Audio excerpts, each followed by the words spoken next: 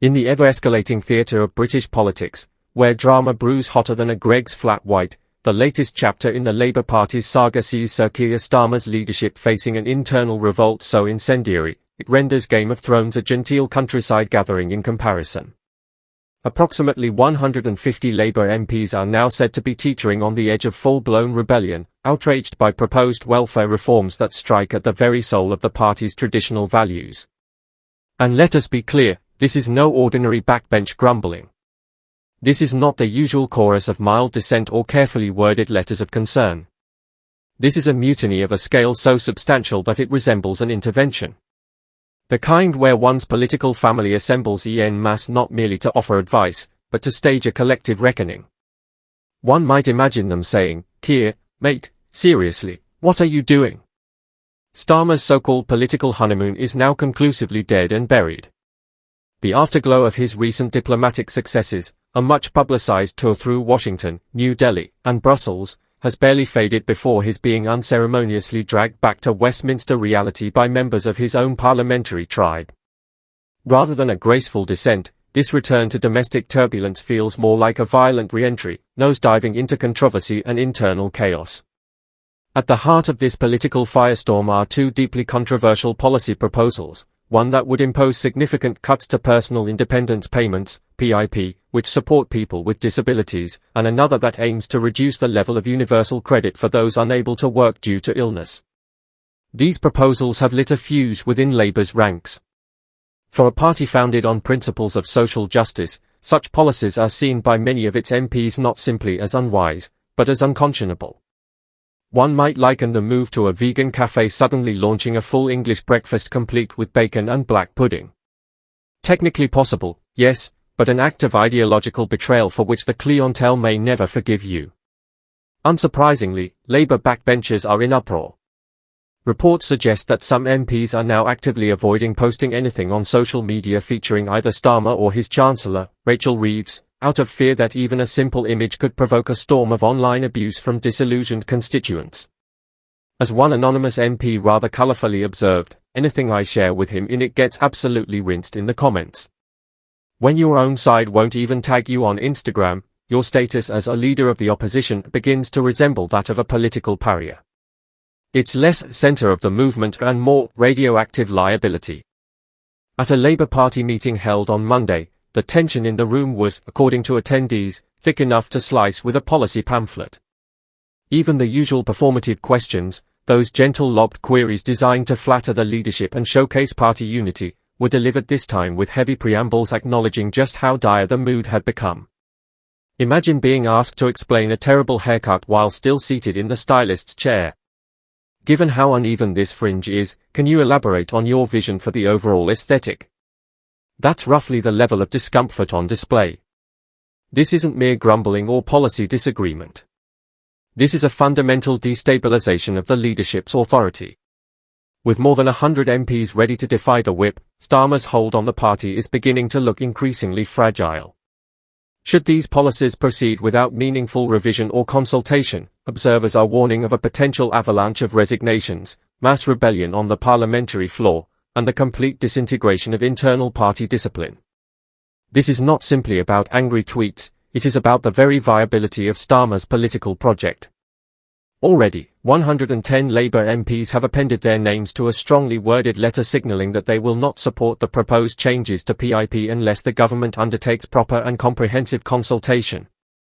This number sits atop an earlier group of 40 MPs who had already made their opposition public.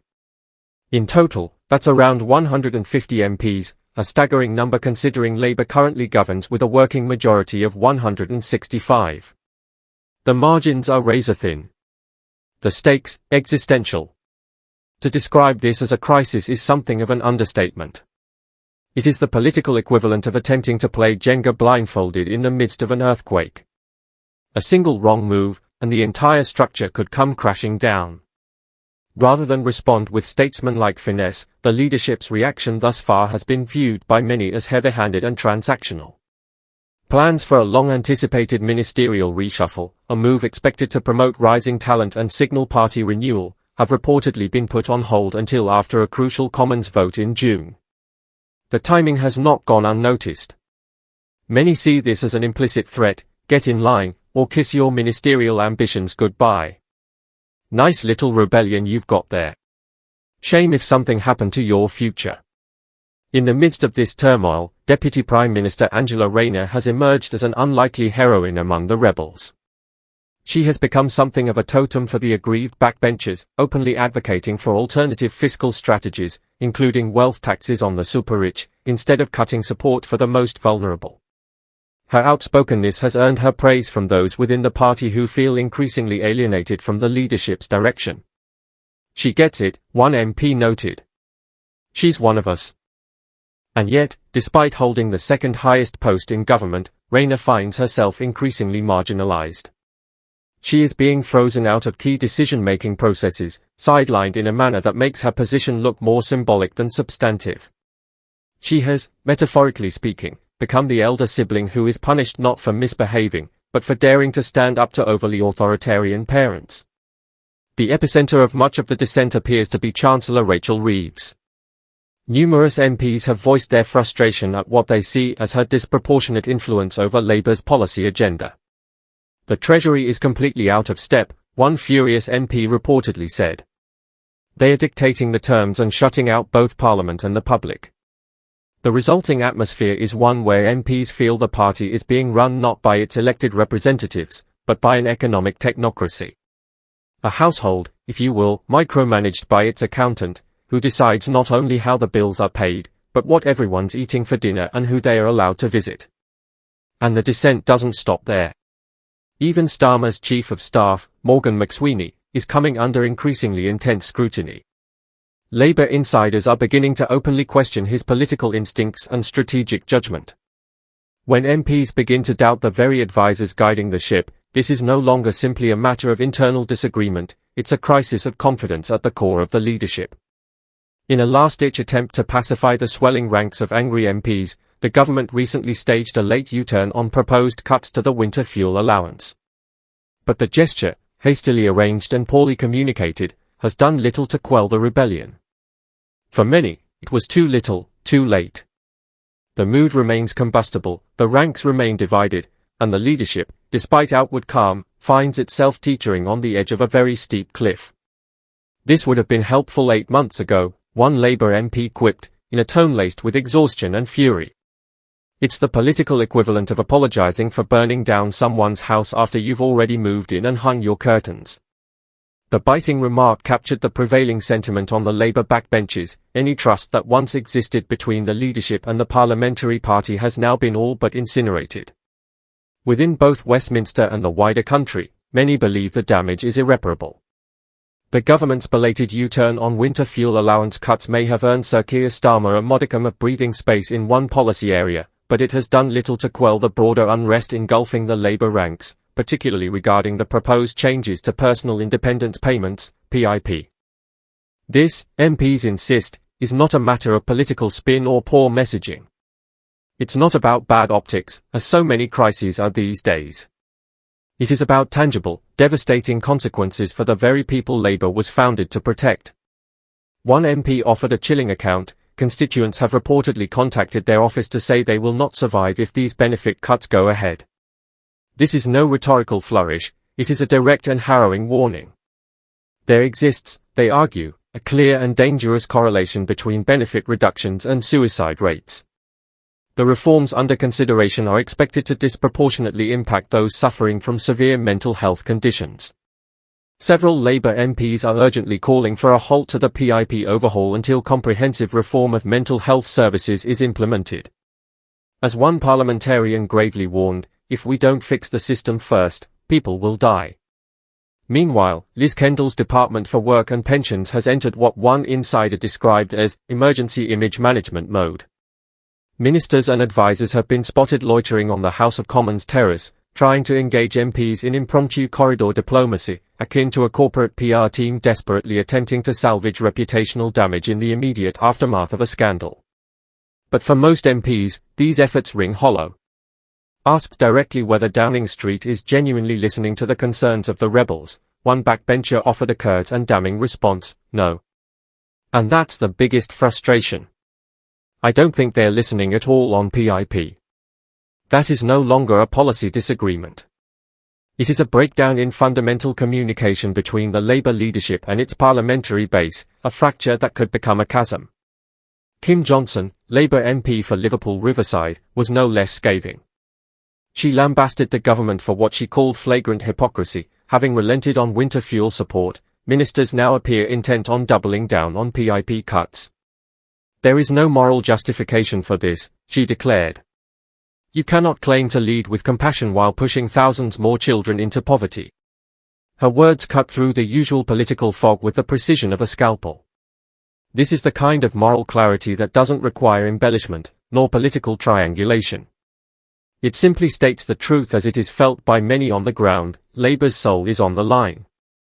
There remains a sliver of hope in some corners of the party that an upcoming report by the newly established Child Poverty Task Force might offer a way to soften the blow. Leaks suggest the report may recommend easing, though not abolishing, the much criticised two-child benefits cap. But for many, such a gesture would be a sticking plaster on a hemorrhaging wound. The scale of the proposed benefit cuts and the pace at which they are being pursued has already caused considerable psychological and political trauma, both within the party and across the country. Because for a growing number of MPs, this debate is no longer about electoral strategy, focus groups, or legislative arithmetic.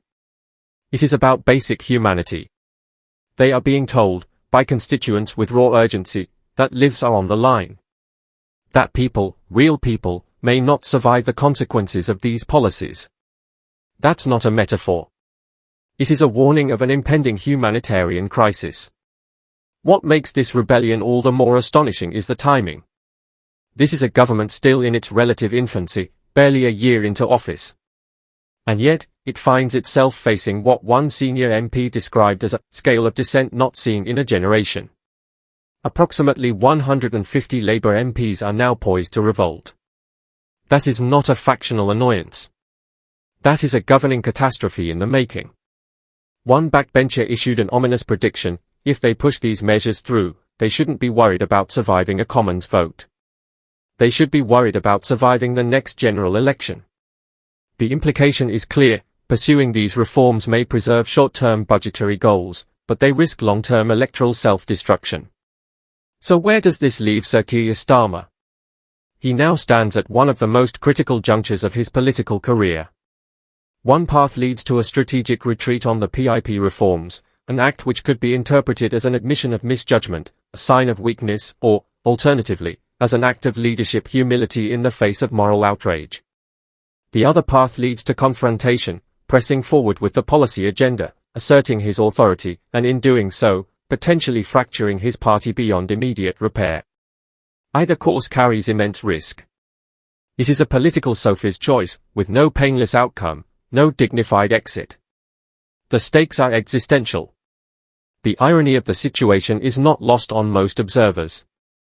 Starmer, the man who spent years meticulously crafting an image as the unifying figure of Labour's post-Corbyn era, the grown-up in the room, the calm after the storm, now finds himself engulfed in a tempest of his own making.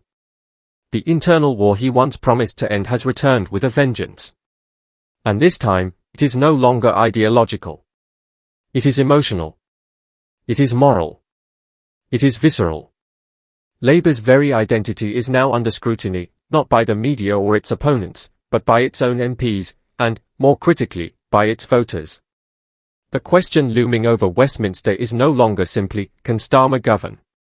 It is, can Starmer still command the party he claims to lead?